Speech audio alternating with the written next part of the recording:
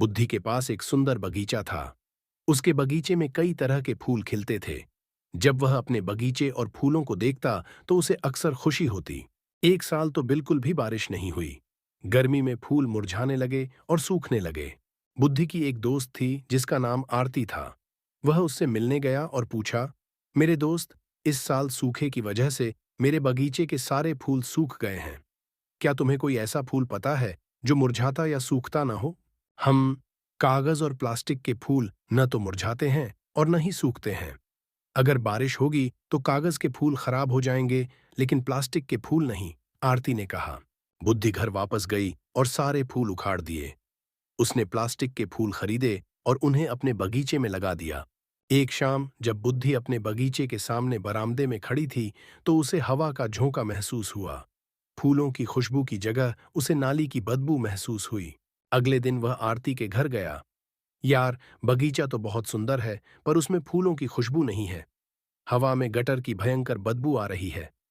मुझे क्या करना चाहिए? फूलों पर इत्र छिड़को, आरती ने उसे सलाह दी।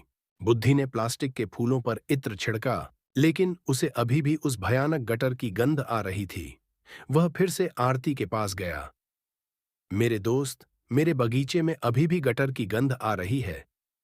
बुद्धि, यह हवा ही है जो चारों ओर सुगंध फैलाती है।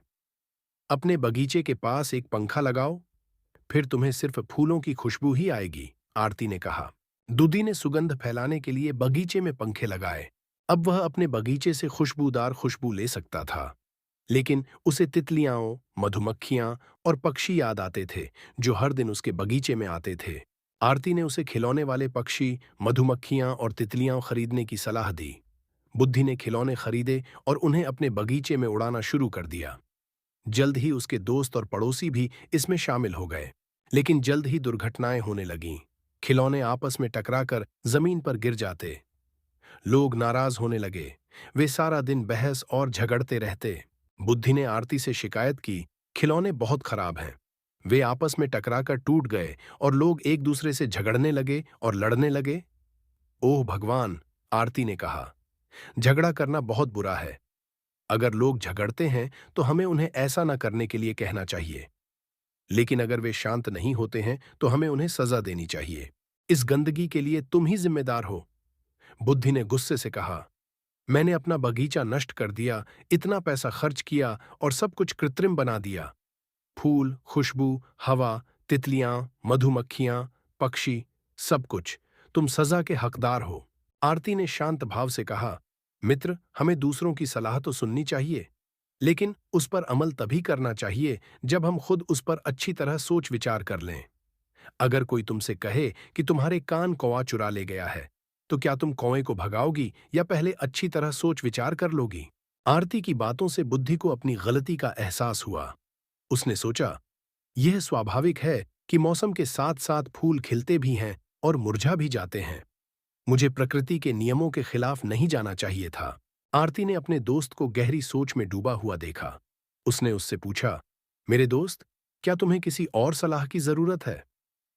नहीं नहीं, बुद्धि ने हंसते हुए कहा, मुझे पता है कि अब क्या करना है। अगले दिन बुद्धि ने सारे प्लास्टिक के फूल उखाड़कर फेंक दिए। उसने पंखे वापस अपने घर में लगा दिए। कुदाल की मदद से उसने अपने बगीचे में असली फूल लगा दिए। उन्होंने धैर्यपूर्वक प्रत्येक फूल को पानी दिया और ध्यानपूर्वक जांच की। कुछ सप्ताह बाद उसका बगीचा फिर से असली फूलों से खिल उठा। पक्षी, मधुमक्खियां और तितलियां उसे देखने आने लगीं। बुद्धि को अपने बगीचे को फिर से जीवंत होते देखकर बहुत खुशी हुई और उसने इस अनमोल उपहार के लिए प्रकृति का आभार व्यक्त किया। आरती ने अपने दोस्त को काफी समय से नहीं देखा था, इसलिए वह उससे मिलने गया। बुद्धि ने उसे अपना बगीचा दिखाया। वह मुस्कुराया और सुंदर, सुगंधित फूलों के बीच अपने दोस्त को गले लगा लिया।